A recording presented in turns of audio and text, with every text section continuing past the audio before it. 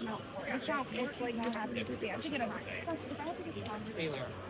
can I get parking spot? Taylor, you have this too far. Alright. How are we gonna be? This will become just the way it is, the routine. These weeks that you have today, you'll have for the first 6 weeks of class, and then in week 7, we'll switch it up and we'll get to move to some different areas of the room and check things out from different perspectives. So thank you all for working as a team. Again, now when you're with your lab, if you are here early and arrive early in your lab group, then move right into the middle so that the people that you are working with can take seats more easily as they arrive. I appreciate that. Thank you. So take a moment and put your feet flat on the floor. Close your eyes if that helps you to focus inward. Draw your attention to your breath. Take notice of how you feel. Notice your thoughts, that breath, your physical body.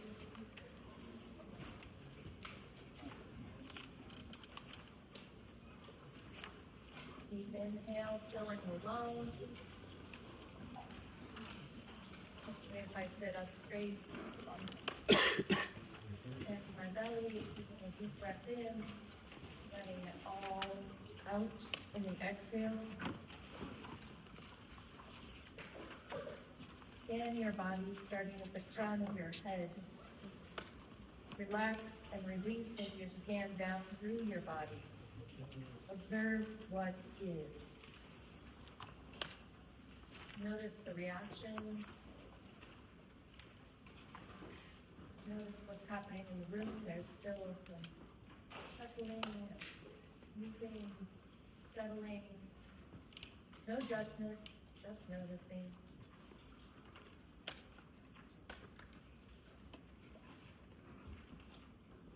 Can you hold the knowledge of any tension that you find without getting caught up in it? Experiencing two things at once. So you might sense that tension, you might sense that something, energy that's might feel strange or strained in your body. But just noticing it and hold the idea of it, sort of comfort it, but not get caught up in it. What's in your mind, slowing down your mind. Being able to take in new information. Your mind is slower. What's happening in your heart? What's happening? What's the groove of your heart today? All of this with the intention of coming to presence in this space. Fully present, not just physically present, mentally present, emotionally present, here. Take one last 50 breath. Out. And then we shall begin. Some logistics. I apologize for the confusion around discussion posts. I'll say more about how they're going to work at the end of class today. That was my error with that due date. And so I apologize for that mistake on my part. So I'll explain more about that when I offer you the question at the end.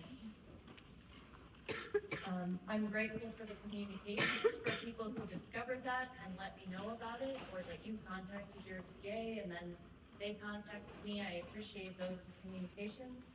Everything is a little new as we get things started here at the beginning of the semester. So thank you for all of that, helping me to know how to help you. So thank you very much for that. Please keep telling me so that I can fix things as needed. If you have not joined your lab group me yet, please do that. Your TA would have shared a link with you. where you can join the group meet. Lots of communications. We've been using Canvas announcements right now for groups, but soon that will shift. Things will come out to be a group meet. It's just simply faster and easier, and gets everybody on the same page. But you have to join that in order to be on that page. So please do that. If you need to come in late during these big classes, just head right to your TA and check in with them, let them know that you're here, and then find your seat. So it's easier now that we are in our sections to do those things. So thanks for your patience as we get that system, all the systems set up as we start moving through here at the beginning of this semester. So we're on page 22 today. If you want to get there in your notes, if you haven't already, this will be the opening slide most days, unless we're doing a seating chart. So you can follow, find your seat, go ahead and get to your page so that we're ready to go. And the first thing I would like to start off with today is reflecting, going back. I offered you a couple of opportunities for experimenting when you went out into the world after last Thursday's class. So we talked about this, the sidewalk experiment, a self-study. What happens when you encounter other people on the sidewalk? And so I'm going to ask you in a moment about what you reflected on, what you discovered about them, how you acted, and then maybe what the underlying thoughts or emotions were around that action. Because our actions come out of how we are thinking and feeling. And so all of that is connected. So there was that opportunity for experimenting. And then there's also this one. Nothing shapes our lives so much as the questions we ask, refuse to ask, or never dream of asking. We played with the what versus the why questions. And I'm curious about what you discovered and why you discovered that over the course of your conversations in your days since last Thursday. So 2 opportunities, and we'll get the microphones out. We're struggling with microphones. We aren't finding that we have the usual number that are powered up, so I'm going to take this off and share it so that I can listen to your stories. What did you discover?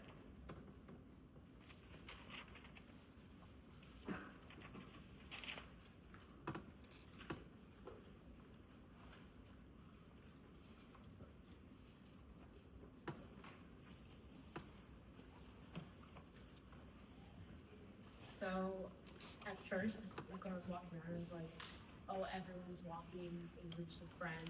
Like I'm the only one walking alone. And then I started to look around and I noticed that like there's more people walking alone than there are in bigger groups. But we just noticed that bigger groups more than most people who are walking alone. You noticed, yes. Yeah, I like it. yes. That's interesting. And so, did feelings come up for you around that perspective? It was a little comforting because like at first I was really embarrassed to walk alone because everyone else seemed to be walking a big group except for me. So then to see other people also walking alone felt like, okay, I'm not alone. I noticed there was like walking on the sidewalk that there's some people walking super fast and some people walking super slow. And then like obviously if people are walking slower than me, like I got a little annoyed because I try to pass them, but there are other people turning past me. So I think maybe that says something about anger management. A little self-reflection. Beautiful. Thank you for sharing. I was walking with my friends and kind of realized like when you walk through the sidewalk and there's two groups of people, like you don't really know like which group of people is going to move over to the side for you or if you're going to move over beside them. So we like tried a bunch of different times, like, oh, if you keep eye contact with people across from you, are they going to move for you or are you going to move with them? You kind of realized like most times like it was easier if like we just moved over instead of like trying to like both like keep on the sidewalk and the other group like would move over. Interesting. So creating that communication between the other group and you and how are we going to move, and then just offering that other group of space. So, nice. Did you get your friends in on this experiment? Awesome. Thank you.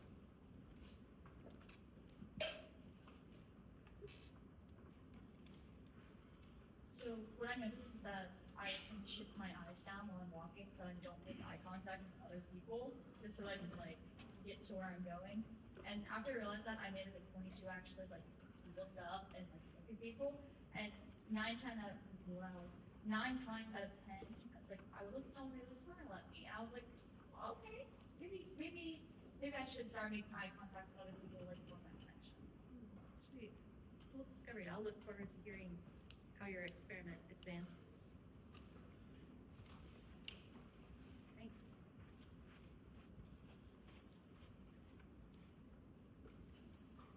So one thing that I noticed when I walked back to class that day, I noticed that I pay attention to people's clothes a lot. And originally I didn't realize why. But I think it's because I'm a social person and I try to look for like common ground in people. And I realize it's like when we wear whatever we wear usually like, reflects how we are as people. So I feel like that's kind of how it goes first, is trying to find something to just talk about. Yeah, that's very cool. Thanks. Interesting realization. Anybody play with the questions? Variety, changing up your questions and your conversation?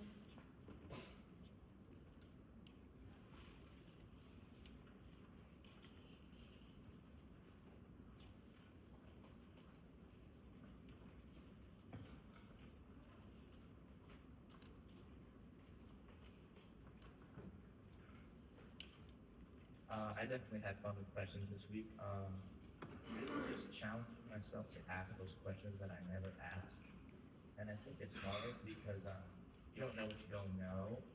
And I think sort of just like exploring that like uncharted territory inside your own mind is like kind of a weird concept and definitely challenging. But I've been trying to step outside my comfort zone more, and I think that alone like provides, those new kind of questions. I know.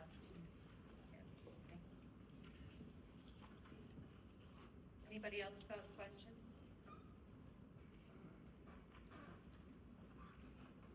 Awesome. Well, these are two things that you can continue noticing and experimenting with really every day in life, because there's opportunity for figuring out how you personally contribute to connection, right? How you are seeing the world around you, and whether you're seeing us, whether you're seeing them, how you're showing up in the world, can be all a pretty interesting experiment, trying out new ways of looking at things, of seeing.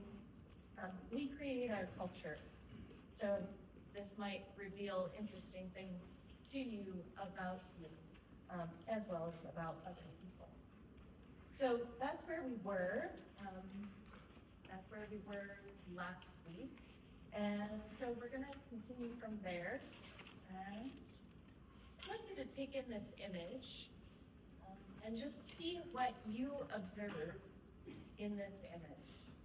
What do you see? What do you feel? Make a note on your paper if that helps you.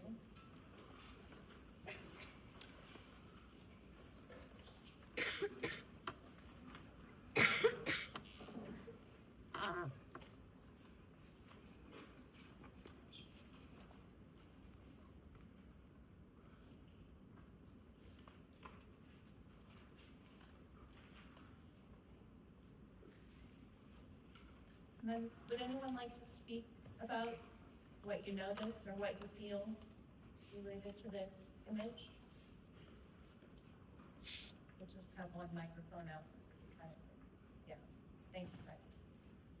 It kind of makes me feel, I mean, the first thing I think of is just the idea of nature or just a place being one big running organism, essentially.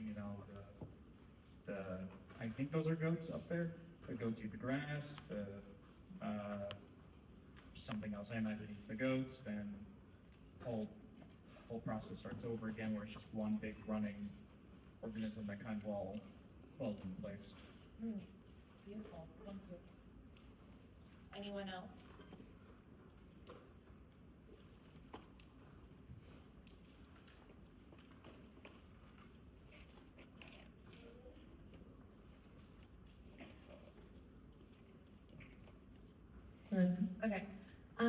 really sticks out to me is you can tell this woman seems like she's probably like the creator of the earth or like intertwined, however you want to perceive it.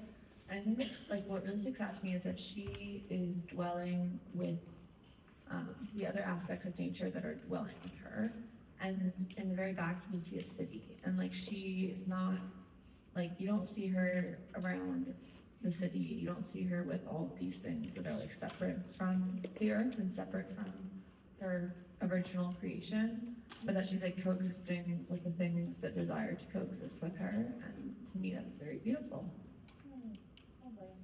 Thank you. Anyone else? It's behind you right now.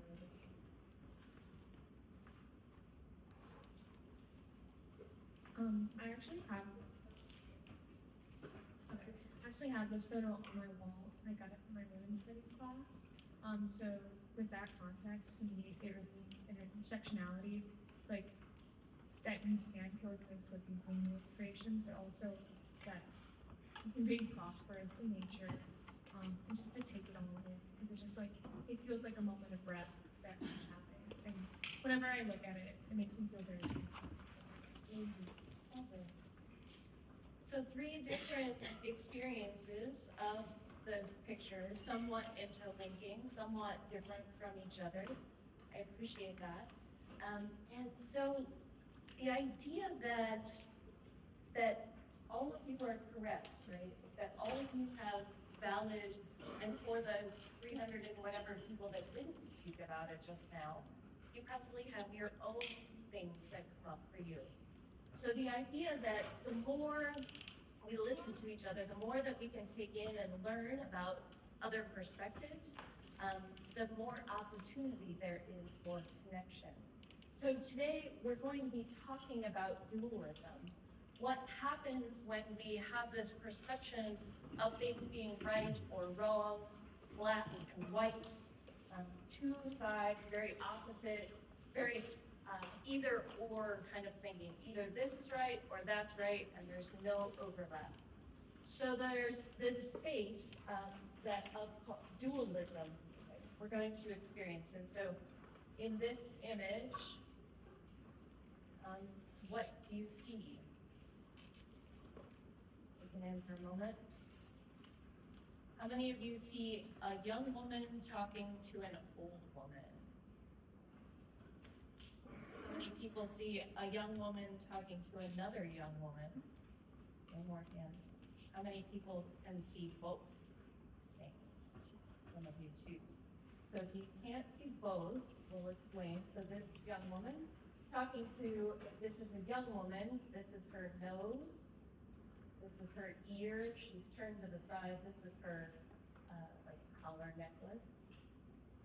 And if she's an old woman, then this is her nose, this is her mouth, and her 2 eyes. 2 ways of looking at the same image. So the idea that we can expand our perception by understanding other perspectives. How about this? This one is the Fraser's spiral, is what it's called. The Fraser's spiral. That appears as though the illusion of spiraling into the center, when in reality it is a series of just concentric circles going into the middle. They don't connect with each other. So the way that we can expand our possibilities, it engenders a certain kind of humility when I think, well, of course that's a spiral, and then I realize, oh, I'm wrong. I'm wrong about that. Okay? So I can open up the possibility.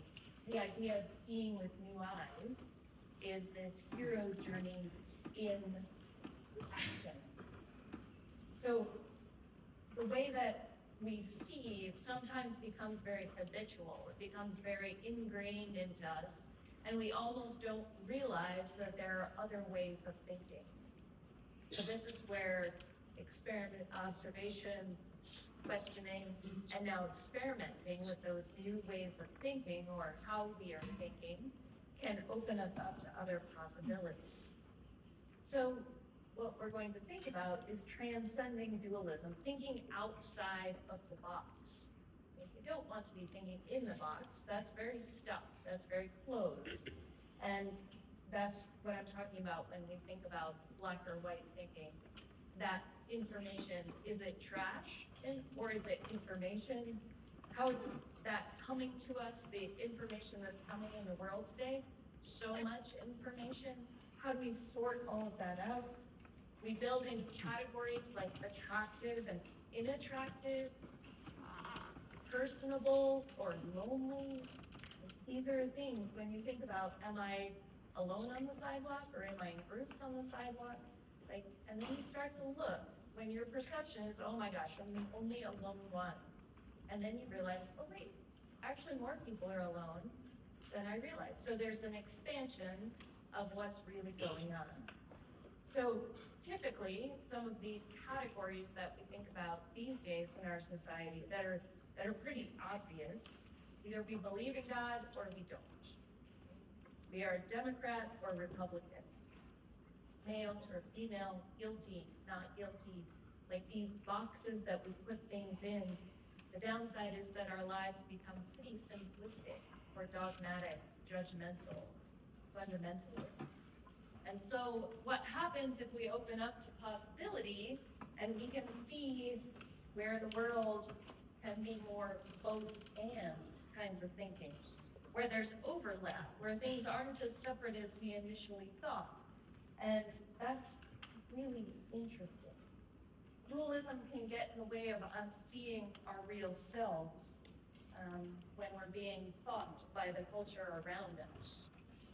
So why are we talking about this in the science course? Because this is the study of bias. How our biases play into the choices that we make. If science is biased, if a scientist builds an experiment thinking, I am sure this is what's going to happen at the end, then there are possibilities of slanting the experiment throughout so that you get to that answer. And then that result is biased, right? It's not even correct. So how can we make some realizations about this? The idea of going from either or to both and. So in your notebook today, we're going to experiment with these dyads. Up and down, bridge or four. So look at those and reflect on those pairs, those word pairs, and see how they feel to you. Okay? If you feel as though one of the words in the pair is superior and one is inferior, make note of that in the chart there on page 22. Inferior or superior. Take a moment to do this for yourselves in the quiet.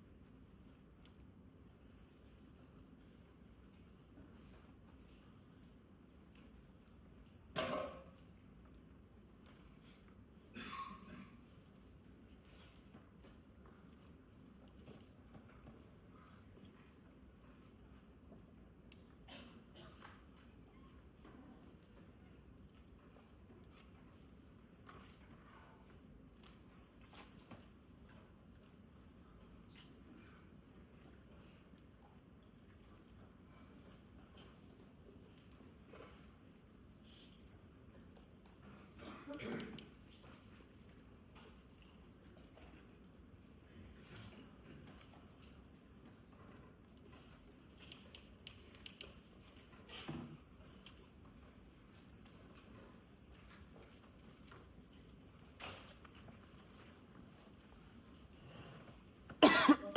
an example. The top one, up and down. Sometimes an up feels superior. Sometimes, in some places, uptown means something and downtown means something. Different stories about the words. And then also some of us conceive as heaven as up. Things are looking up. The music is upbeat. I'm up for it. She brightens up the room. Those are all pretty positive, right? That can lead us to associate up with being superior, good, and desirable. But obviously, that's just cultural overlay. So up is not superior to down. These concepts need each other. They're connected. Without up, there isn't down. And there's no way of distinguishing upstairs from downstairs, uphill, downhill. So you could make a case for these one way or the other. Does anybody have a pairing? So what happens if you try to flip them, in your head? For the ones that you put down as superior, what happens for you when you try to flip them?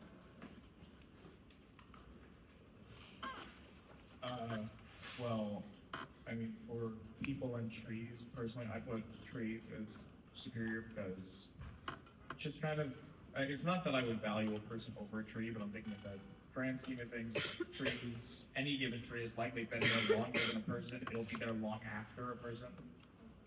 It contributes more to the environment of the person. It probably provides for more animals than the person.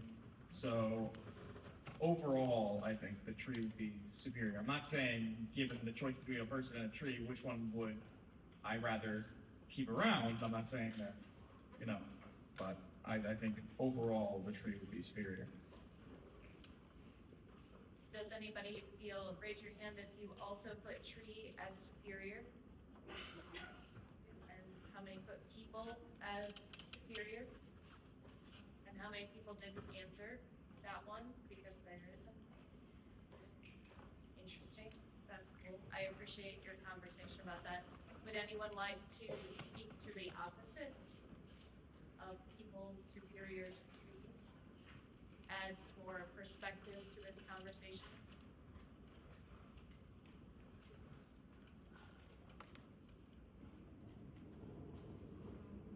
I think people are more superior than trees because people can actually speed and I don't know, get their way and actually communicate with it, whereas trees, they just stand there, can't really do anything except for swing, and that's the only thing they get, or really small. And so one of you isn't right, and one of you isn't wrong. It's just a matter of how can we take all of that into consideration and get rid of dualism, right? I appreciate that. It's different. How about others? Other dyads that anybody would like to bring up in conversation?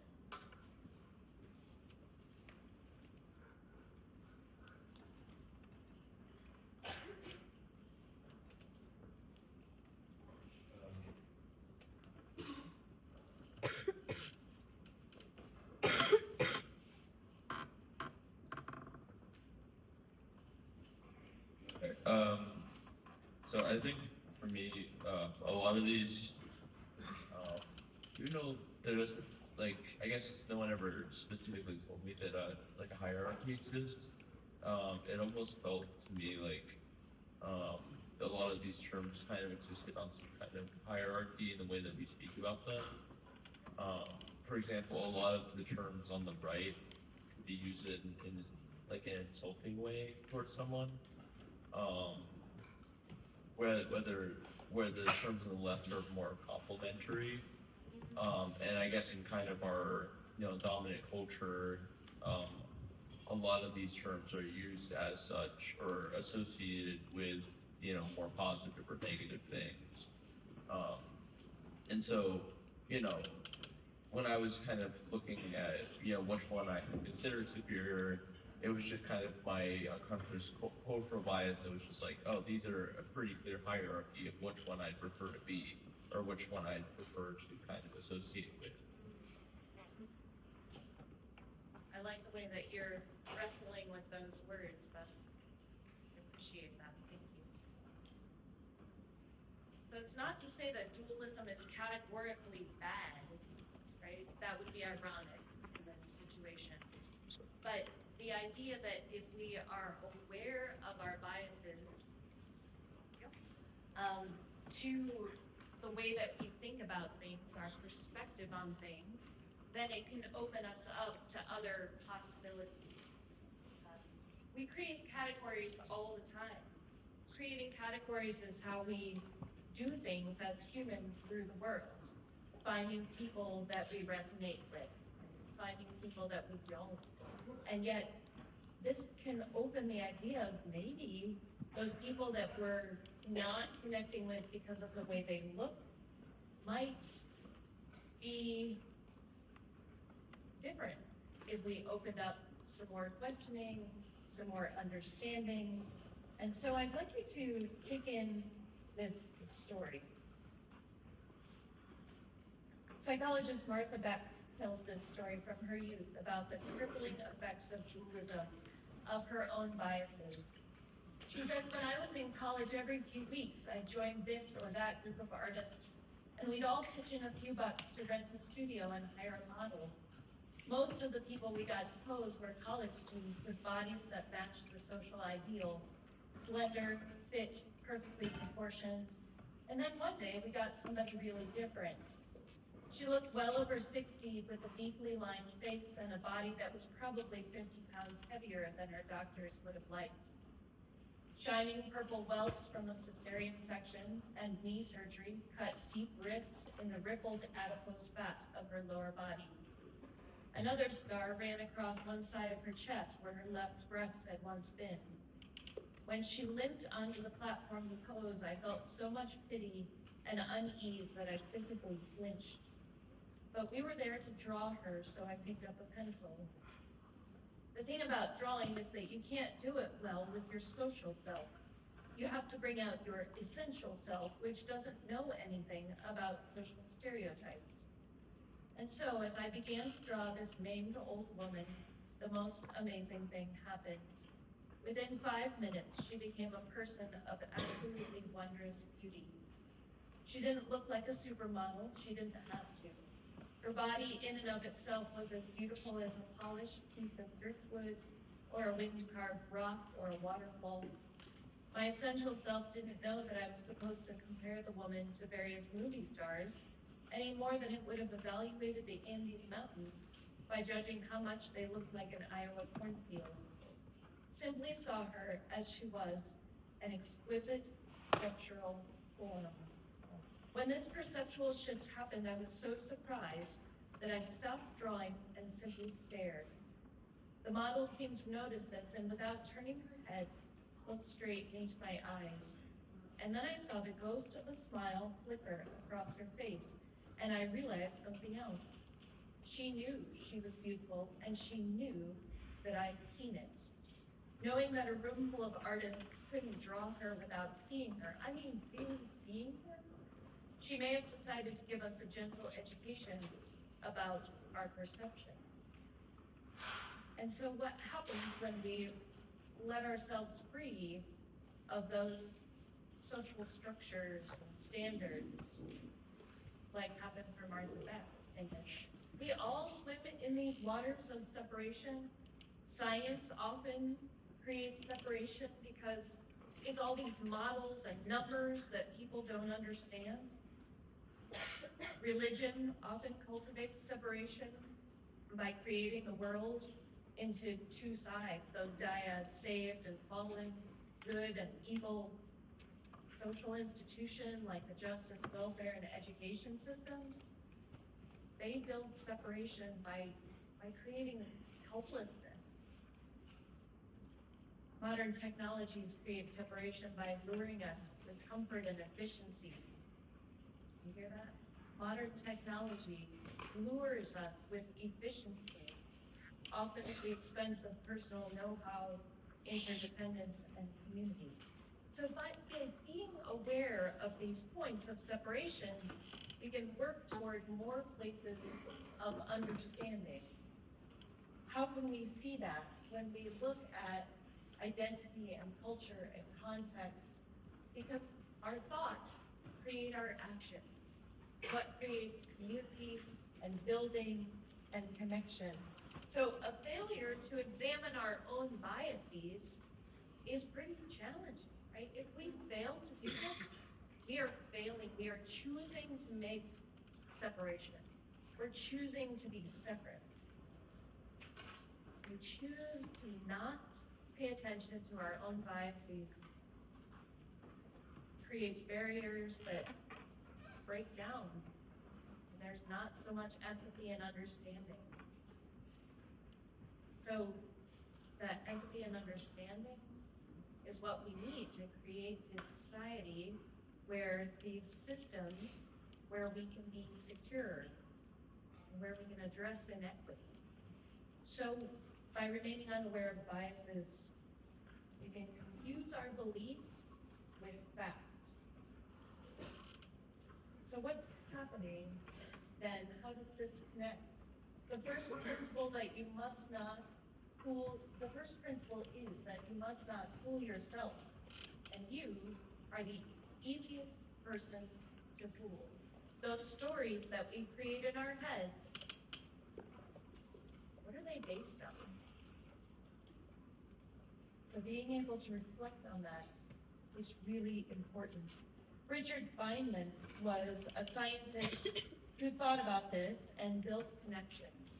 He was very good at conveying all of his research and teaching about it in ways. He was an extraordinary scientist.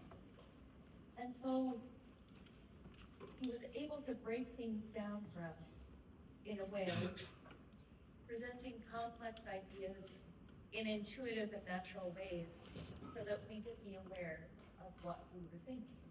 And so he understood the science bias of talking over people's heads. So how is it that we can make these connections more and more? What else might be true if we take time to really think about it? So I'd like to show you this quick video about other groups who are breaking down their bias.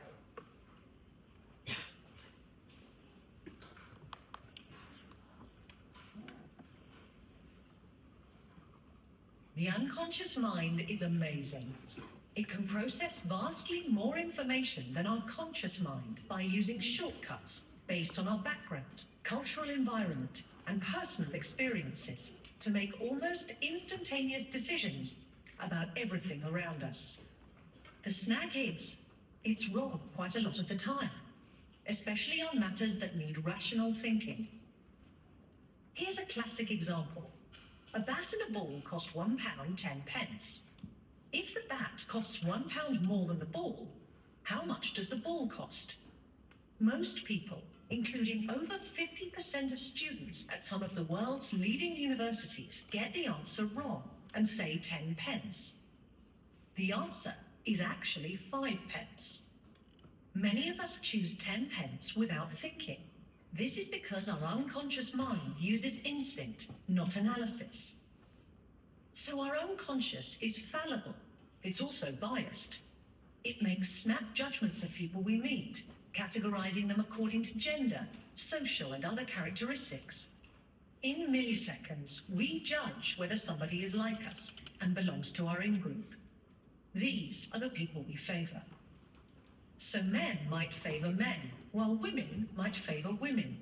However, we can belong to different in-groups, and we like to be part of an in-group that's powerful, which could mean a woman favoring a man over a woman. That's unconscious bias. All of us have it, and it colors our decisions without our realizing. For example, Research reveals that if I were a man, you would be more likely to be nodding in agreement right now, because people pay more attention to a male voice. The Royal Society fosters excellence in science, but this can only be achieved if we select from the widest range of talent. And that's not possible if unconscious bias is narrowing down the field for non-scientific reasons. To lessen the impact of unconscious bias, which is easier for us to notice in others, we are raising the awareness of unconscious bias to members of our selection and appointment panels. We're encouraging panel members to deliberately slow down decision-making, reconsider reasons for decisions, question cultural stereotypes, and monitor each other for unconscious bias. We can't cure unconscious bias, but with self-awareness, we can address it. And so can we. So we're going to be in Biosci approaching a lot of these questions with a whole body approach. We need to look, be aware, we need to feel, we need to think, we need to intuit. So using more than just the obvious quick answer. And as they highlight, this takes time. This takes energy. It might take some shifts of believing or shifts of thought. And so that's why when we went over the syllabus on the first day, the idea of being open to other opportunities, other ways of thinking, and not pushing what I believe on you. The opportunity is for you to figure out what you believe and why it's there. Another way that this connects is that in nature, the beauty often comes with the shading of dark and light, the dualism of black and white, and then there's all the other stuff in between. The light and the dark, except all phenomena in nature follow the law of duality. Two exact opposite results derive out of the same thing. Nature teaches us that following each sunrise is a sunset. After each day there is a night. After every spring there will be a winter. Every organism living shall soon be dead. When you look closely, it exists in all things at all times. This flow from one thing into the next. It might take admitting ignorance and opening to discovery. Byron Katie, you might want to write this quote down, Byron Katie. The only thing worth learning is how to unlearn.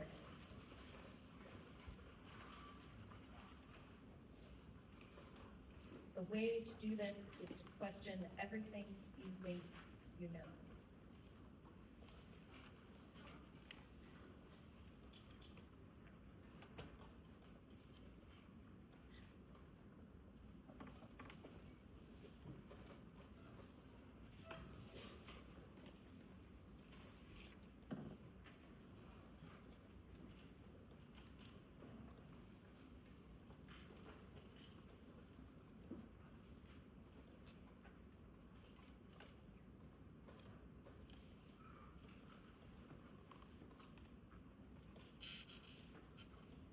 So back to the thought about your Canvas discussion questions. Through this semester, there will be 13 of them. They're each worth 2 points. The idea is that I will give you a question most of the time on Tuesdays during class. And then you reflect on it.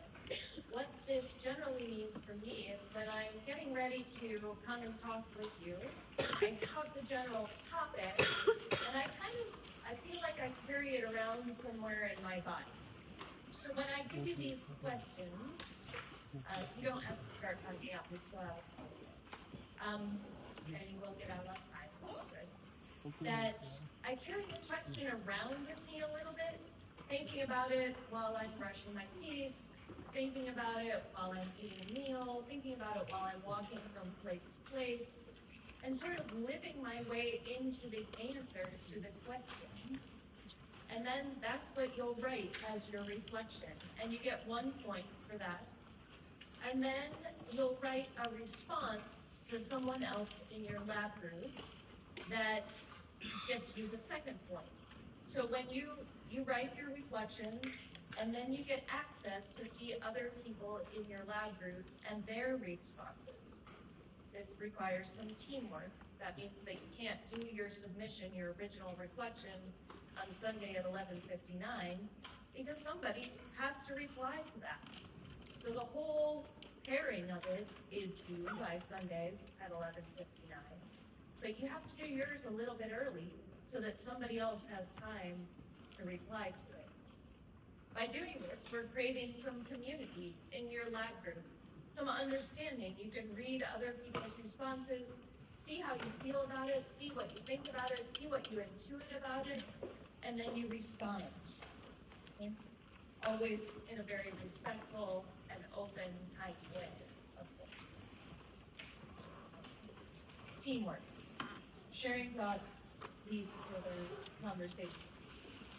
So your initial question that you have had a chance to look at is, what is water?